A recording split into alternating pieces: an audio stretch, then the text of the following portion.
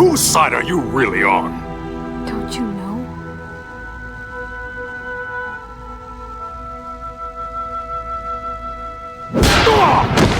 The worst couples or love interests ever. And this isn't just your normal Amber or Iris. No, I'm talking about the worst of the worst and the straight up diabolical ones. And right off the bat, we have Talia al Ghul, who basically SA'd Batman. I mean, seriously, that's basically what happened. I mean, imagine if a dude did that. Like, if a dude did that, it's no longer a seduction, it's just rape. And what can I say? She's just crazy. Like, how did Bruce not see the signs that she was crazy? She intentionally conceived and kept Damien because of his father's genes. Like, she saw Bruce and saw the ultimate specimen, and you can't even blame her. She wanted Damien to inherit that plot armor, but I doubt if she ever loved Bruce to begin with. She had no positive impact in his life and was very willing to kill him if their objectives clashed. And of course, there is Batman Bad Blood, which I don't really like to talk about her character in that movie. But it got me thinking, Batman must actually love her, because all the time they were together, she was still very much a criminal. But Batman was very lenient with her and Raish, because they still had operations in Gotham. But I don't know, you let me know.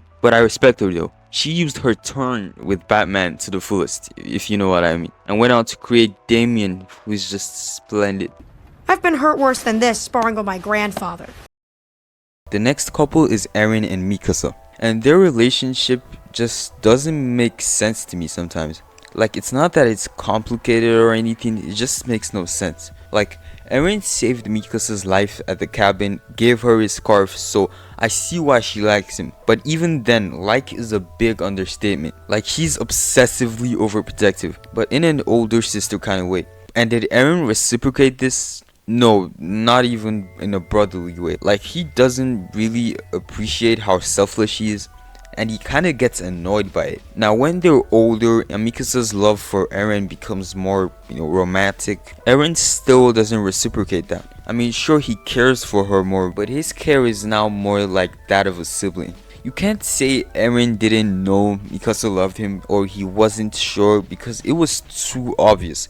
Eren just didn't care. And I personally think Eren did not love Mikasa romantically at all. Which is why the scene where he whines about not wanting her to be with anyone else just doesn't make any sense. So why is this a toxic relationship? Because Mikasa is helplessly in love with Eren, to the point where she can't even bring herself to kill him after he's proving to be irredeemable.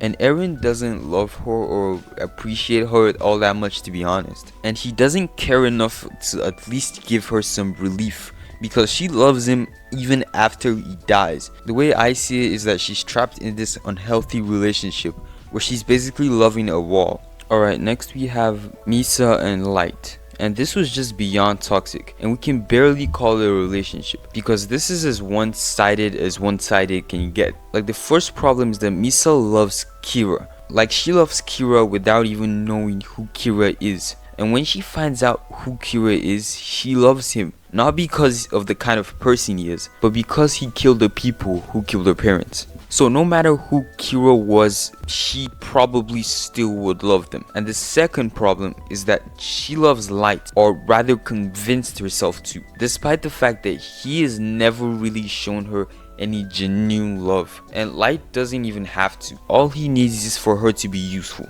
and she's okay with this. And that's the thing with these one-sided relationships, especially in this case. She doesn't care about herself at all, she only cares about him. So she doesn't even realize that he's using her, and she probably wouldn't even care if she knew. To her, Light is the perfect person and he loves her, and Light absolutely does not love her, like not even one bit. He doesn't even learn to love her. And it's really sad, because when Light dies, she doesn't see the point of living anymore, and it's implied that she offs herself, which is to show you how unhealthy our obsession really was. I mean, Light wasn't someone she had known for a very long time or someone she knows deeply, but rather someone who used her, and she thought he was worth ending herself for. And what makes it even more sad is that Light didn't even have to do much manipulating. She was already like that. So yeah, next is Hawkgirl and Green Lantern John. And this one isn't as toxic as the others, but it's interesting.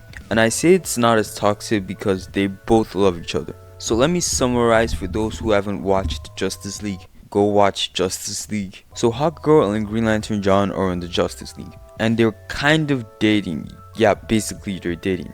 And then we found out that she's actually a spy and has been a spy for 5 years. And she's engaged to Talia, some Thanagarian general. And she kisses him in front of John. Now obviously there's some other stuff in the story, but I just want to focus on the relationship. Now she not only cheated on this guy with John, but she was also engaged to someone while dating John. And her excuses are, I swore an oath of secrecy. This was a military mission. I'd sworn an oath of secrecy and I couldn't tell anyone. Sorry, but not even you. You're a soldier. I'd think you'd understand. But how is that John's fault? Like, you entered a relationship with someone knowing very well you were engaged to someone else. And when Hro and the Thanagarians come to Earth, she isn't even really all that sorry. The Thanagarians betray Earth and she was in on it, so she delivers the most diabolical backstab. Don't fight us. We're trying to help you. Do you ever stop lying? It was for your own good. You've got to trust me. Why? Whose side are you really on? Don't you know?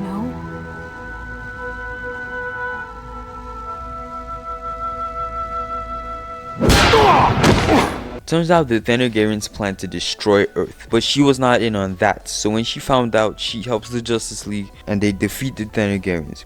So she resigns from the Justice League and then she tells John that she never lied about loving him and she flies away. It gets more interesting in Justice League Unlimited when we found out that her and Hawkman's previous reincarnations. Look, I just have to play the clips for you. What troubles you, Shaira? Why ask what you already know? I want to bear I your don't child, want to have this Katar. conversation again. Katar's my husband. And my best friend. I'd leave him for you. I'd never ask. I'm afraid that you would. Kedar needs you. And I need you.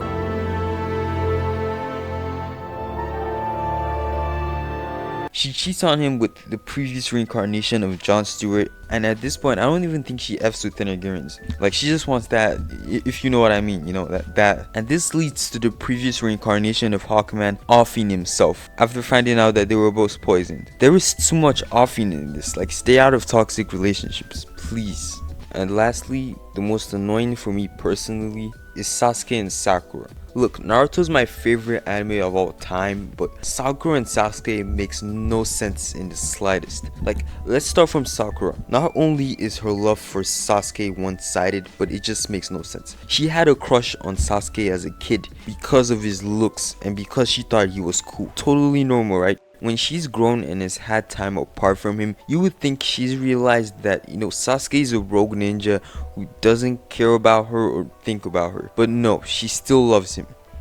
Because that's how childhood crushes work. Like, I understand from Naruto and Sasuke, they have had moments to bond and care about each other. But Sakura's only reason is that he's a member of Team 7. And that explains why she cares about him, but it doesn't explain why she loves him romantically. But maybe she's just delusional. And for Sasuke, he doesn't love her. There's no debate. Because it makes no sense if he does.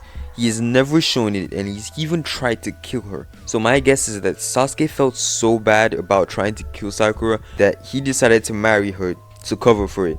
And I am dead serious. I genuinely believe this. Because they are supposed to be married with a kid and she still blushes around him. And they both act very awkwardly around each other. We're at the end of this video and I wanted to thank you guys for watching. Shout out to Master MGT Animations for giving me the idea, and tell me guys what you think in the comments, or what other toxic couple or love interest did I miss. And yeah, I'll see you guys in the next one. The most mysterious creatures in the universe. Sorry? Women. Don't be too hard on yourself. You didn't know she was spoken for.